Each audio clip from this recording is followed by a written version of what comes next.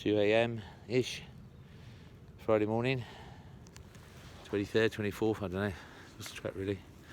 Got a new coat, thanks Ray, from AA, lovely coat, super warm, dry. It's not that cold tonight, but it is, if you know what I mean. It's probably about, I should have looked on my app and I didn't, I don't know why. Probably because I was looking after, well not looking after, I'd gone to see 3 lads, Daniel, Richard and Alex, quite young lads, and they were right in the entrance to, there's a car park there, but it's opposite is it Marks and Spencer's shut down at the back or is it open? I don't even know. I don't go shopping. Anyway, it's next to some place called BBD, and there's a bin, and then there's the old Webster bookstore. It's in there somewhere. There's like it's lit up, so it's a car park entrance between. Is it Habitat used to be there and some of the shop on the right? Hang on, let's see if I can flick this phone. No, I don't know how to do it. Anyway, so there they are. If you can see them in the distance, just past the lights. That's where Marks and Spencer was. Lights, Habitat was, BBD. Just in there, you can just see the little white sleeping bags. So they're sleeping rough. They were all about late 20s, early 30s. Quite clean lads. They didn't seem to be druggy drunks, but they probably did have some addiction. Mental health, I would have said probably 2 out of 3 of them, which is about the going rate for mental health in homeless people, because that's one of the reasons they end up there. And then you've got addiction, which is another 2/3. So if you put the 2/3 together, what do you get? So anyway, I don't know why I'm making a joke of it. Sorry, that's how I get by doing this thing, whatever I do.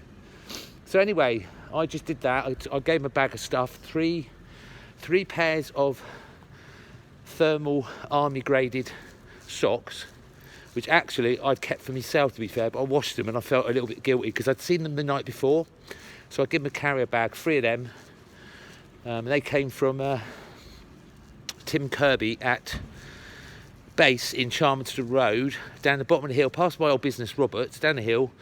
There's a car garage called Cars to Go, owned by Neil Morris. Opposite there, it's like an army store. It's on 2 floors, basement and ground. It's got loads of stuff in there.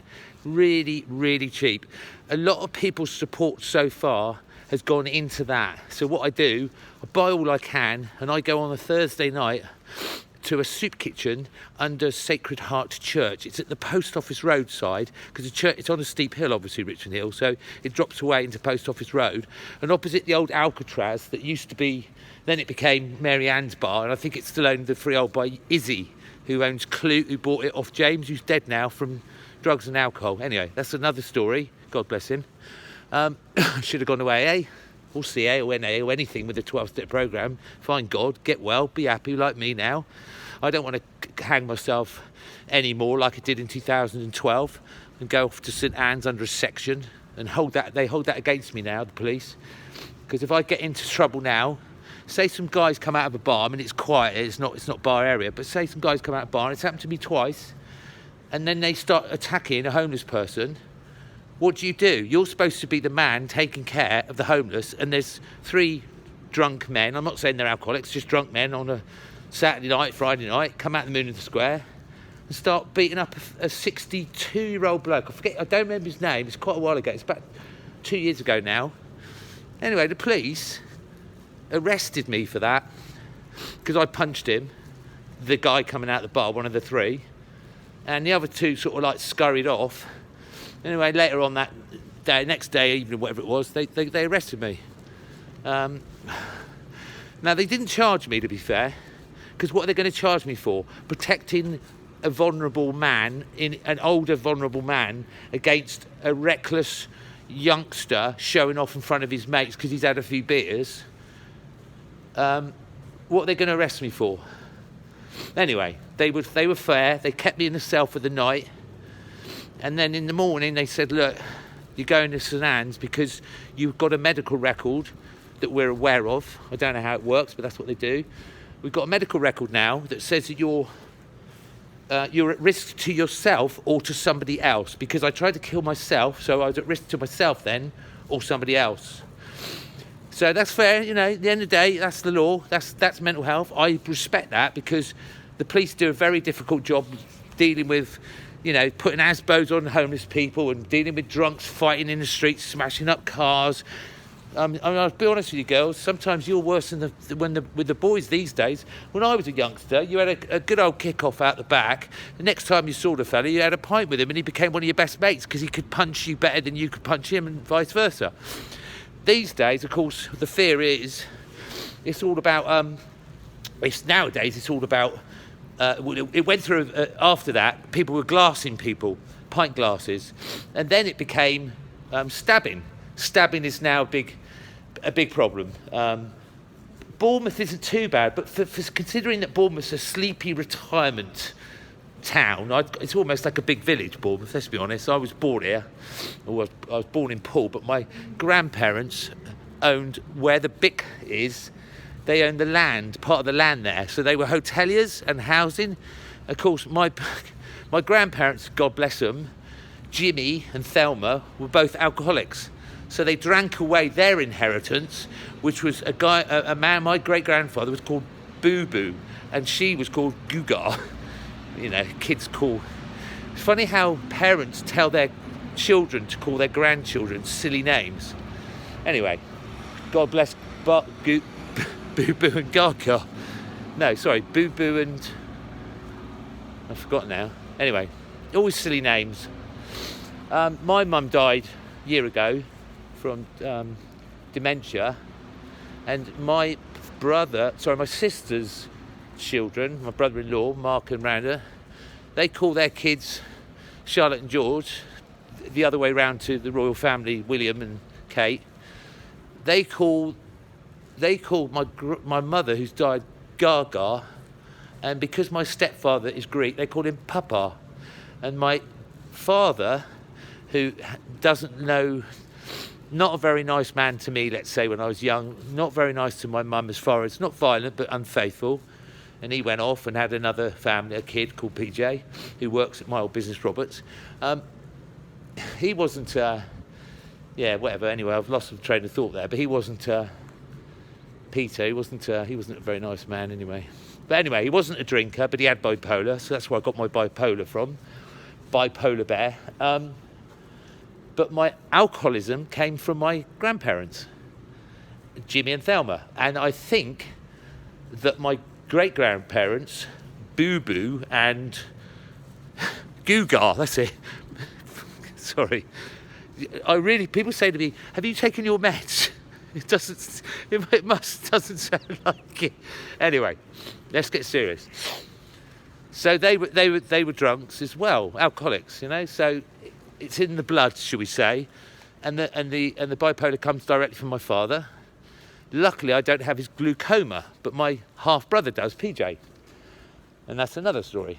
So in Bournemouth right now, from what I understand, there is places like Big Issue.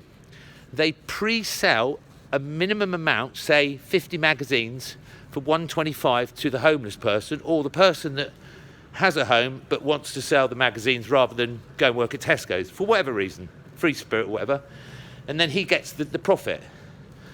But unfortunately, and I'm not being critical to Big Issue because I haven't spoke to them directly, a good friend of mine, Louise, an ex-girlfriend, worked there, so I'm not going to slate it off because she's a lovely girl, married with 2 kids. She liked to drink as well. Anyway, that's Big Issue. That's all I know. I think it's a bit naughty that you have to buy, say, 100 magazines at 125 quid, with the hope that you're going to sell 101 to make £1.25, or 102 to make 100. See my point? It's a bit in it. Anyway, I don't know much more than that. All I do know is the figures don't add up, in my opinion, my humble opinion. Then you've got Bournemouth Church Housing Association, which is BCCA, I can't remember. Chairman, Managing Director, lovely man, Martin Hancock. He comes to my church, which is Christ Church in Allenchine, Westbourne. So it's 2 words. Christ Church, Allenchine Hall, Christ Church, Westbourne. Vicar there, minister, is Nick Hiscock. He's extremely good. He's about, I'd say he's 45, he's got 4 kids, nice wife, just Cecilia, nice people. Anyway, so that's a little bit of touching into the church side of things. Then you've got, and this is really important, there's 5 directors of a company that is national called Sleep Safe. And you may be aware of them because what they do is they take people off the streets and put them in church halls or churches. So they give them somewhere to sleep safe for the night. The only problem with that is they only do it for one night. So hello, look at what you're not getting. Anyway, that's just my opinion. I don't know much about it because I haven't had a chance to speak to Alistair, A-L-I-S-T, not D, T-A-I-R, Alistair, and he's got a double-barrel name that is, I can't remember it, and why would I? I haven't met him yet, because he's avoided now. I go to a church with Daniel Wilkinson, who did with me the step 5, 6 and 7, all in a row of the 12-step programme. He's the son of my very dear friends, Derek and Pauline Wilkinson, who really brought me back to God, because I had just come off the streets, gone into AA, because I was, back then, I hung myself, got locked up, When I come out, stayed at my mum's with my stepfather. I had a terrible drinking problem more and more because I hadn't seen Jill, my ex, who I still love dearly for eternity. And she took away Olivia, my 7-month-old daughter, who's now 13, she'll be 14 on the 28th of May this year. So anyway, she's recently found out she had cancer. She's had a mastectomy, which is very, very nasty. But this is where I stand with that. I shouldn't have been unfaithful to her. I shouldn't have been a terrible drinker, because I lived next door in Little Forest Road to Daniel's parents, Derek and Pauline Wilkinson, and that's how I got to know them. So it's they have a lovely house in a top road in Talbot Woods looking over the golf course. And I bought a 1955 slum, cheap. I can't remember what I paid now, $4.50 for it, because it's a great road and a horrible house. And the idea was to knock it down and build a super house on it. But I never had the cash, because I was always drinking my money away, partying, running off to Thailand, and just basically being a bit of a dick.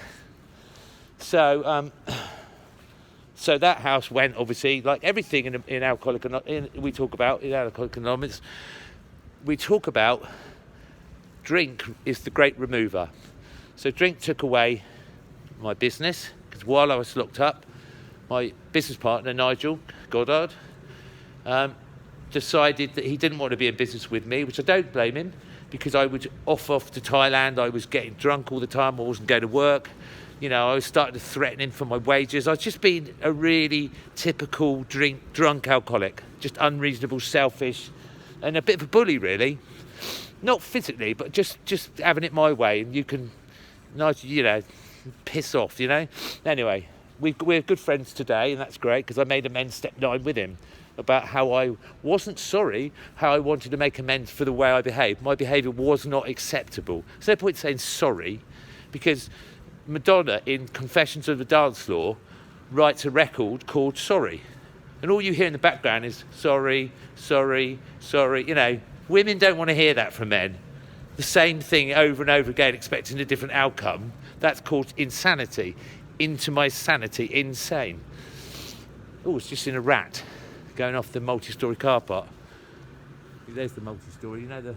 Something was built in about, I remember it being built, it might have been built in about 77, 78. It's quite good the weather. Anyway, so, and Alistair has a very, very good guy that works for him called David, who I don't know much about, but I've heard he's good at what he does. So Alistair's super duper man when it comes to the whole homeless thing, because he owns Sleep Safe with partners.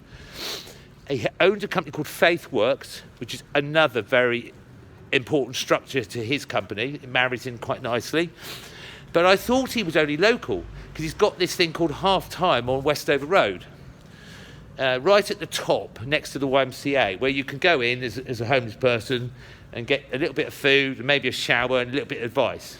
So that's what they do. And then the big part is he gets people off the streets for a night or two, whatever, so that they can just have a respite from, the insanity, the fear, the terror of living on the streets. It's horrible. And it's cold, it's wet, it's unpredictable. People are spitting at you, shouting at you, or attacking you for no reason, apart from they've had a drink. So I'm meeting him on the 29th, in circa at 2 o'clock in the afternoon, because I've been trying to speak to him for 2 years, because he's so busy, because I didn't know, I thought it was localised, but it's not, it's national.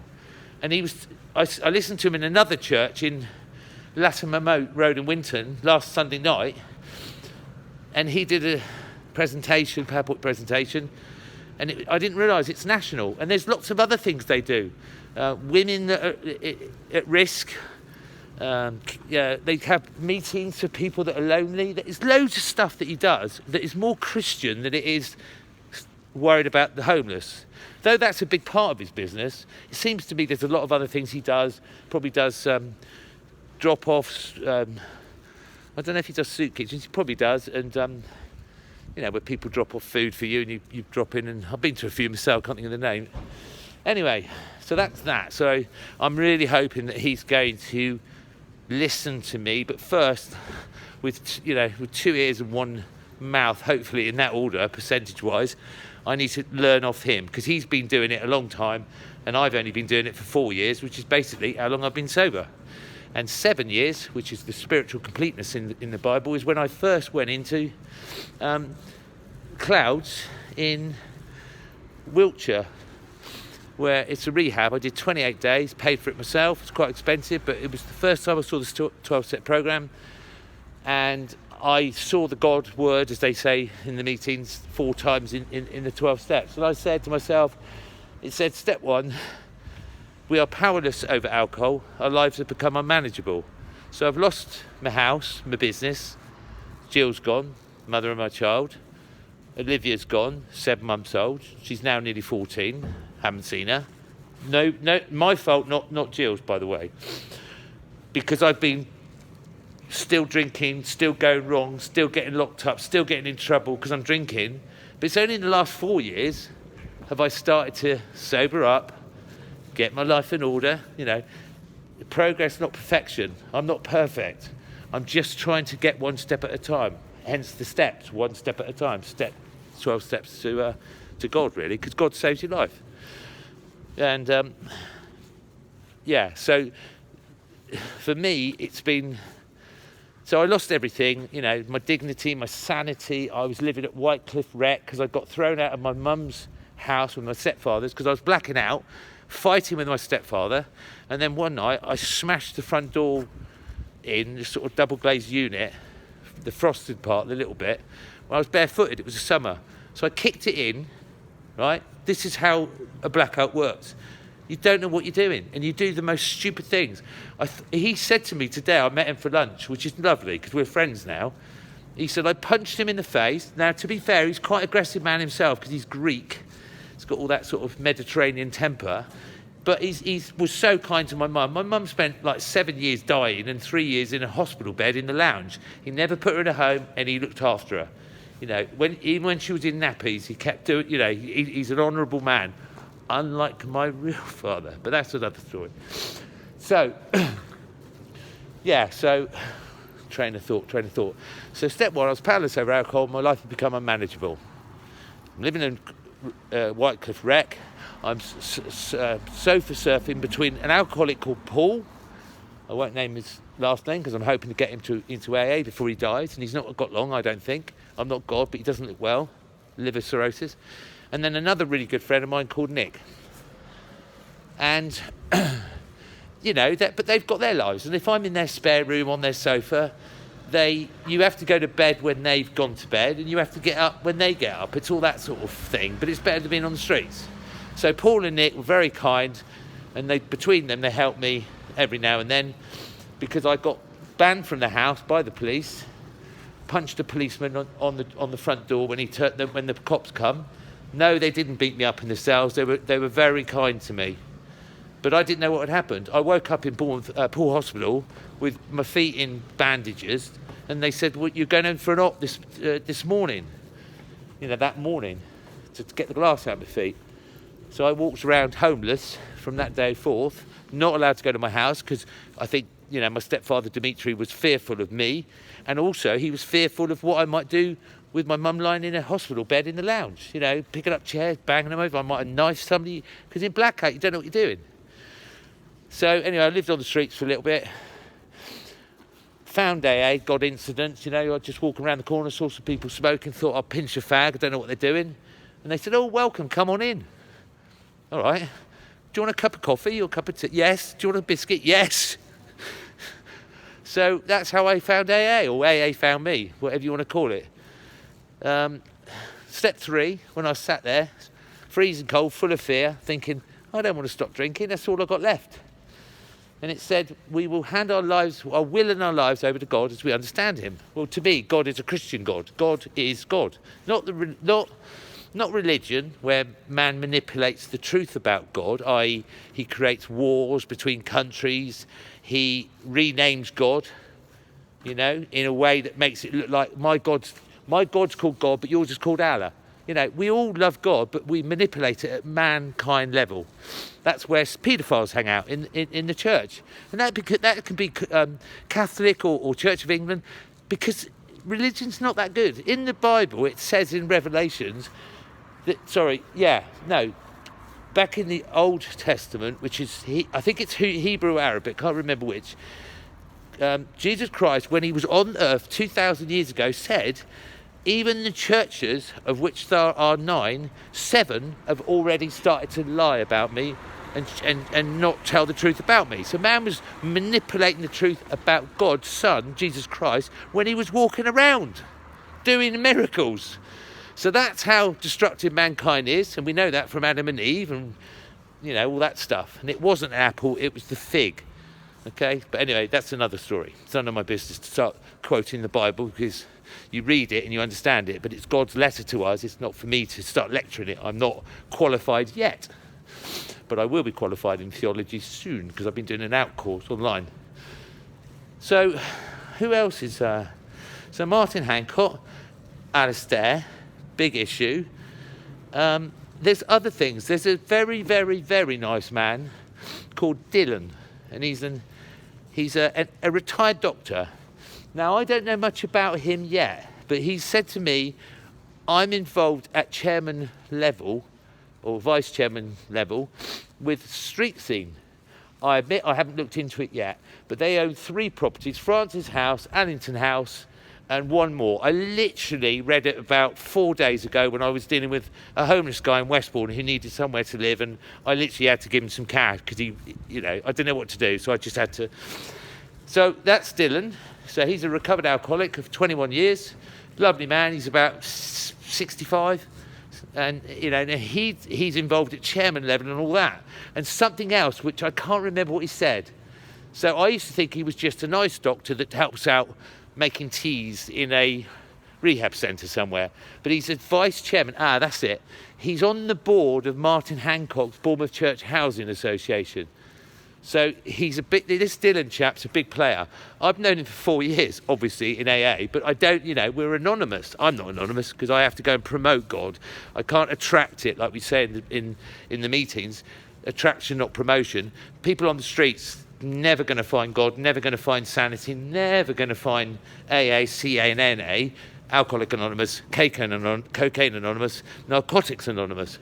They're never going to find it. So I go out, that's what I do now. Because step 3 said, I will hand my will over to God as I understand him. I will hand my will and my life over to God as I understand him, if he restores me sanity. So God restored me to sanity. Well, I think he has. But the point I'm trying to make is, rather than me going back and getting a job as an estate agent, okay, I might not have my own business now because I'm too old. I'm 53. I'm too old to start again. But I could have got... I won't say too much. I was offered in my first year of sobriety a very lovely, successful Christian estate agent who's very successful, offered me a very nice position. Let's say it was $100,000 package. And I don't know why at the time, I just got into AA, but I said no, because there was something in me that said, God said, if I restore you to sanity, step 3, you will hand your will and your life over to God. Well, if I'm going to go back to the old habits, I'm going to end up nice business, nice wages, nice car, nice house, nice girlfriend, money, money, money. Look at me, show off, ego, it's all about me. Next minute I'm drinking, then I'm up being a pig again, and it all goes wrong. So what's the point of doing the same thing over and over again when there's outcomes the same, because that's insanity, as we were talking about, I was talking about earlier. So that's why I did what I did. Step 4 is in AA, CANA, 12-step program. It's a fellowship program. It's the same thing. It doesn't matter what. You just change the word. Drugs, drink, sex, overeating, overachieving, underachieving, gambling anonymous. It's just anything in your life that keeps you from God and makes you unhappy, i.e. it's the devil getting hold of you.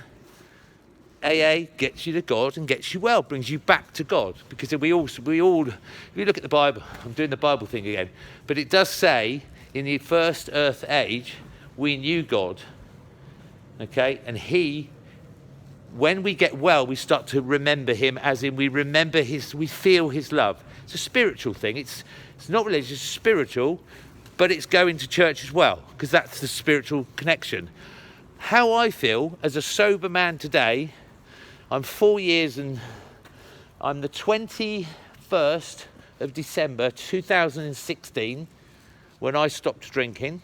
So that's 4 years, and it's January the 23rd today, Friday, anyway. So it's, what's that, a couple of months, 2 months. So it's 36, 48, 50 months. It's the best 50 months I've ever experienced, and not as in what I expected, because all the things I thought, get my nice Porsche 997 back, get my $100,000 a year job, get a nice girlfriend. I've been single ever since Jill left me. You know what I mean? Because something changed in me. I wanted to be sober. I wanted to be a better man. I wanted to be, a much better man, because I was rubbish. And that's saying, I don't want to say too much, but I wasn't a nice man. I was good with my money and generous, but everything else, stick it up your arse, I ain't got the time for you. And I didn't mean it, it's just because I was drinking. Inside, I'm a very loving human being, like every human being on the planet, but I was full of Satan, full of the devil's liquid, if you like, so the devil's juice, whatever you want to call it.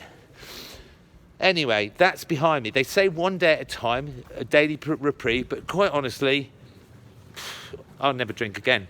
You're not meant to say that. I'll never drink again. But I probably would if I stopped going to AA. I go twice a day if I can. So on average, I do between 7 and 10 meetings a week when I'm about, because sometimes I'm elsewhere. But when I'm elsewhere, I do meetings wherever I am, because AA is worldwide. And you walk into a room full of strangers that you've known forever, because they're you. They're the same as you. The share you hear is always about, wow, I did that. Yeah, I do that. That's a God incident, a coincidental. I do that. I've done that. You get the picture. I hope so, because I'm not sure I do. Anyway, so I'm sober. I'm happy. My bipolar, I'm well treated with mental health. I did get banged up again by the police for the same thing, roughly. And I lost my benefits. What happens when you come out? You go into mental health, and they're supposed to wait 28 days before they stop your benefits, and then they say, let's say I go to hospital for a broken leg. After 28 days, I don't get my benefits because I'm being looked after by a hospital, because it's a rotating 28-day for personal independent payments, which is disability allowance, effectively. And it's 30 the same day every month for universal credit, which is the dole, as we used to call it. So what they do, I went into mental health twice since the first time going in when I hung myself and got my first section and the medical record saying this guy is at risk of harming you or somebody else. So the 2 times they banged me up, They don't pay me after 72 hours, both times. So that's illegal. That is illegal. You can't put somebody on the dole, or benefits, PIP, disability, and then they go into mental health or hospital or jail, because, okay, that's kind of understandable, but they should still legally wait 28 days, because it's a rotating 28-day payment and rotating 30 for the other payment. So 77 days it took to pay me. So in that period, I come out of mental health, so I'm not very well. Now I find out, guess what? My rent's not been paid. So I'm in court for Section 21, something to quit. Get out. You got a month to get out, sort of thing. Somehow, on both times, I've managed to hold on to my flat, because my landlord, Dave Wells Property, is really, really good. Steve Wells is fantastic, and he's been good to me. You know what I mean? He's just sort of gone, I've got a lot of property, just sort yourself out. And then I don't get any money from the benefits for my PIP, for my mental health, my little top up. That stopped after 72 hours. My rent stopped after 72 hours. And my universal credit, my dole, stopped after 72 hours. So it took 77 days to get any money off them the first time, and 63 days the second time. I'm not being obsessive. I happen to just know this stuff because I had to monitor it, because my mind is good, because I've done AA, found God, and it's sharp again. I can cope. I can work it out somehow. Borrow 20 quid off him, go to a soup kitchen there, go and pick up some groceries that's left under a church with, that organisation. So because I'm sober, I can manage, but it's not easy. Can you imagine if you don't have a programme? If you don't know God, you haven't done the 12 steps programme to whatever your addiction is, alcohol, sex, gambling, so on. So you're lost and you've got no money. So you've got no God and you're just hanging around with Satan. Anyway, so that's it, I think, for now.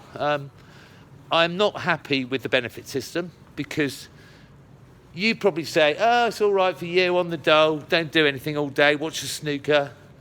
Actually, I stopped smoking because I couldn't afford it and I wanted the money to give to other homeless people now. But then I'm so addicted to it, I was picking it up when I was working on Saturday night. I was out all night, running around helping homeless people, and I ended up picking up a cigarette, started smoking again. So that's something I've got to pray around and ask God to remove it from me again, which he will. I know I stopped for 2 months, and I'm a massive smoker, 33 years of 2 packs a day. So anyway, that's something I've just got to pray around and deal with, and that's not the real issue. The real issue is I don't drink, and if you don't drink, as they say in the big book, you get the keys to the kingdom. Or in the Promises, chapter 9, when you're doing your step 9, your amends, it says, if we are painstaking about this phase of our development, we will be amazed before we are halfway through. We're going to know a new freedom and a new happiness. We will not regret the past, nor wish to shut the door on it. We will comprehend the word serenity, and we will know peace. No matter how far down the scale we have gone, we will see how our experiences can benefit others. That feeling of uselessness and self-pity will leave us. I'm not sure if I can remember this bit. Something like will leave us. We will realise that God is doing for us what we could not do for ourselves. Fear of people and of financial insecurities will leave us. We will intuitively know how to handle situations that used to baffle us. We will know serenity, we will comprehend the word serenity, and we will know peace. Are these something we think not? Are these, I don't know, are these we think not? We will find they will come around, sometimes quickly, sometimes slowly, but they will always materialise if we work for them. Amen. That's it. That's the chapter, the 2 paragraphs. When I heard that, and they read it every meeting, maybe I shouldn't say that because it's AA, but I'm not giving out a secret, am I? And I'm not talking about people's surnames or... No. So, yeah, that's a fantastic thing. There's other things they read out, the preamble, which I'm not going to start trying to remember. I think I know it, but I'm not going to make a fool of myself because I did cock up the promises. The blue card, and then there's the yellow card where they say at the end, who you see here, what you hear here, let it stay here. Because gossip costs lives. You know, if people come to AA anonymously, I don't, but other people, everybody, goes to AA anonymously because they've got families or work or neighbours, you know. They don't want people to know what they're up to. They want to go and find God anonymously and in peace and quiet. They don't want people chipping like me telling my mate, oh, I saw Brian and, you know, Sue, she's in there, yeah, you know. That costs people lives because what happens is they hear about it, they feel the shame, they stop coming to meetings, they carry on drinking or drugging or gambling, and they die early. So that gossip kills people, and that's not what we're about. We're a little team of people that are just trying to find some serenity, some sanity, and some peace. And ultimately, we want to get away from the booze or the drugs. So, I have to tell you, it's the best 4 years. I can't tell you, and I get quite emotional. Every day it gets better. I don't go to AA now because I need to learn something, because I've done like 2,000 meetings over 4 years. I don't go there for that. I go there to share what I've found, the hope and strength, how it used to be horrible, how it is now lovely, how it will be in the future. I'm sure it'll be fine, all good, you know. It doesn't solve all your problems. Life still gives you problems. That's life. But you don't have to have this horrible monkey on your back, as George Monkey sung, you know, monkey, which was cocaine he was talking about. But it leaves us. God removes it if we seek and pray and ask him to remove it. He will take it away. Because in the doctor's opinion in the big book, it says, a doctor, very qualified, I just about didn't think of his name, but I can't. This guy says, whatever these boys are doing, these drunks, they must have some spiritual involvement, some God of a kind, yeah, because no man could get them sober. I am a very successful, this is back in 1935, I'm a hugely, successful doctor, and I couldn't do anything for these people. Psychiatrists, psychotherapists, counselling, these days yoga, I don't know, nothing worked for these people. But they found by getting together, talking about their problems, sharing their problems, and, communicating with a higher power, as they call it in AA. I call it God, but that's just me. I think it's the God of my understanding is in the Bible, Christian, Jesus Christ and God, simple. But, higher power, whatever it might be, if you could put something greater than you, i.e., when you're drinking, it's all about you, selfish. If you can start to understand that maybe if you hand over your life, step 3, you're winning your life over to a power greater than yourself, a higher power, my God, Jesus Christ, you will, sometimes quickly, sometimes slowly, you will recover from alcoholism. And it is a disease of the mind, an obsession of the mind. When we pick up a first drink, an alcoholic can't stop. And we also have an allergy of the brain, so we react differently to alcohol. Some people can go and have a couple of pints, go home. We walk in, have 1 pint, and we're off. You have to drag us out of the pub at closing time. We're screaming and shouting, we want one more. Then we're down the off licence, trying to bang on the guy's shop window and say, don't lock up yet. And, it's just... We're crazy people. We're lovely people, but we're crazy people because of our addiction to alcohol, and God will, if sought in AA, help you. And I don't know how long that took. I don't know if I'll ever put this anywhere like YouTube or Vimeo or Messenger or WhatsApp or Facebook. I don't know, but if I do, maybe you'll learn something. And if I don't, I've had a little chat with myself and God, so that's good, isn't it? Because if that's the Holy Spirit, isn't it? Isn't it the three? The Spirit, me, you, and the Holy Spirit means that we're talking to God directly. We're not insane. We're talking to God, our Creator, the Creator of the universe, the Creator of the earth, the Creator of everything, Mother Nature, Jesus, Son, the Son, God on the earth, came down, got crucified by, some very horrible people. I think it was supposed to be the Jewish community, but anyway, I don't really understand it. But they crucified him, and he said, he shouted out to his Father, God, they don't know what they're doing, because there were 3 crosses